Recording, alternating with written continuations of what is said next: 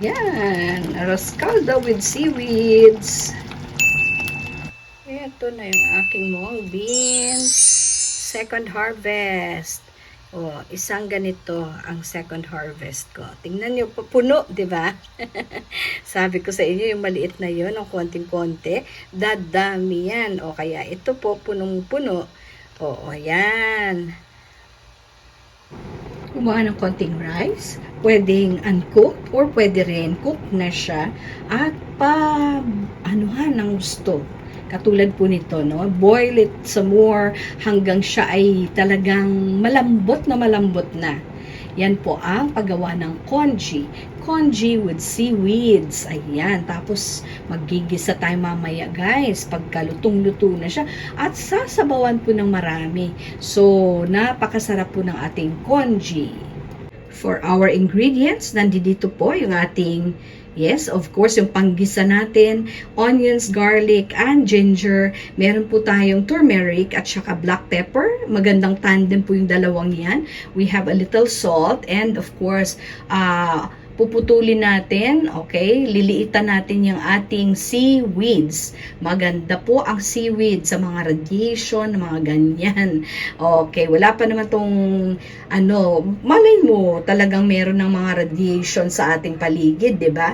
O paghawak lang natin ng cellphone. So kailangan po natin ng anti-radiation or anti-radiation. And of course, pwede mo naman pong pag-anuhan ng seasoning, other pampasarap, katulad po ng soy sauce. Lagyan po natin siya ng soy sauce, fish sauce, or oyster sauce, kung meron po kayo dyan. Okay, mamaya po gawa na natin. Okay.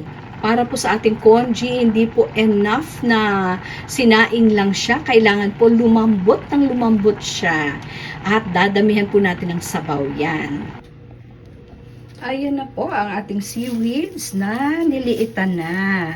Ayan po, I cut them into squares and rectangles. Ayan, that is our seaweeds na napakasustansya po ng seaweeds, 'di ba? May iodine yan kasi seafoods nga siya. Ayan nga guys, gisa-gisa time. Alam niyo naman po siguro kung paano maggisa. Ito po yung pinaka-basic na. Ako po pag nagigisa, inuuna ko po yung aking onions, tapos yung garlic. And then, ayan na po, nilagyan ko na ng ginger para po dito sa ating recipe ng special congee ni Simply Jane. Ayan po, Simply Congee. Ayan guys, pinapakuluan, kulo na talaga. Para yung mga rice niya po parang disintegrated na. Mas masarap po yun pag malambot na yung rice mo. Ayan, pagkakulong-kulo na siya at lalagyan na natin sila ng pampalasa.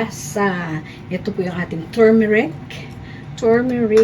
Magandang tandem po sila dito ng black pepper, asin. Lalagyan na rin po natin yan. Mamaya, titikman natin pag masarap na at dadagdagan pa natin ng pampasarap. Yan.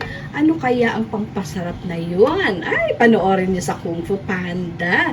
Kung ano po yung secret ingredient na yan. Diba? Kailangan yung ating sopas. Ito po ay napakalambot na malambot. What's the secret ingredient? Ay, hindi po iyon yung ating, ang tawag po dito ay pero hindi po ito ang secret ingredient, ha? Okay, that is our seaweeds. Wow! Napakamasustansya po ng seaweeds na yan. Parang superfood din po iyan, no? Okay, ayan, no? Pag wala kayo talagang ilalagay na ibang dyan, ang congee rice with seaweeds ay napakamasustansya. Nag-yellow siya dahil po sa turmeric. Pero napakaganda po ng tandem ng turmeric and the black pepper. Kaya lalagyan po natin, yung ating mga sopas ng turmeric plus black pepper. Kasi yun po ang maganda. Okay, pakukuluan natin to para lumambot lalo yung ating rice congee.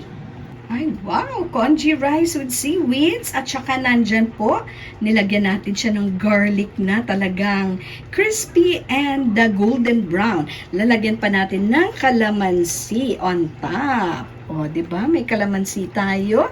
Wow! Perfect! Enjoy eating your congee rice with seaweeds. Ito po, nakikita nyo po yan. Durog na durog ang rice. Tingnan nyo po. At napakalapot po ng ating sabaw. See, napakaganda. Makakalimutan po yung pangalan mo pag natikman mo to. Promise. Okay, enjoy your day. Love you everyone. Thank you so much for all your support dito po sa mga premieres ni Simply Jane. And see you minsan sa live naman po. Sige, enjoy!